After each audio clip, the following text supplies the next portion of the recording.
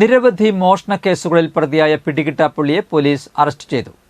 മാള മടത്തുംപടി സ്വദേശി വാഴക്കൂട്ടത്തിൽ വീട്ടിൽ 45 വയസ്സുള്ള സന്തോഷിനെയാണ് ഇരിഞ്ഞാലക്കുട ഡിവൈഎസ്പി KG സുരേഷും ആളൂർ പോലീസും ചേർന്ന് അറസ്റ്റ് ചെയ്തത്.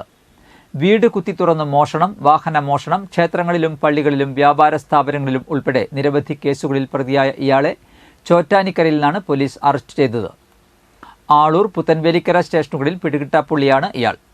മോഷണങ്ങൾ നടത്തിയ ശേഷം പല സ്ഥലങ്ങളിലായി മാറി താമസിക്കുന്ന ഇയാളെ മാസങ്ങളായി പോലീസ് അന്വേഷിച്ചു വരികയായിരുന്നു. ഇടയ്ക്കിടെ മൊബൈൽ നമ്പറുകൾ മാറ്റിയാണ് ഇയാൾ ഒളിവിൽ കഴിഞ്ഞിരുന്നത്. പുത്തൻവേലിക്കര, മാള, ആളൂർ, ചാലക്കുടി, വരന്തരപ്പള്ളി, വെള്ളിക്കുളങ്ങര, പേരാമംഗലം, മതിലകം, ചെങ്ങമനാട്, നോർത്ത് പറവൂർ സ്റ്റേഷനുകളിലടക്കം നിരവധി മോഷണ കേസുകളിൽ പ്രതിയാണ് ഇയാൾ.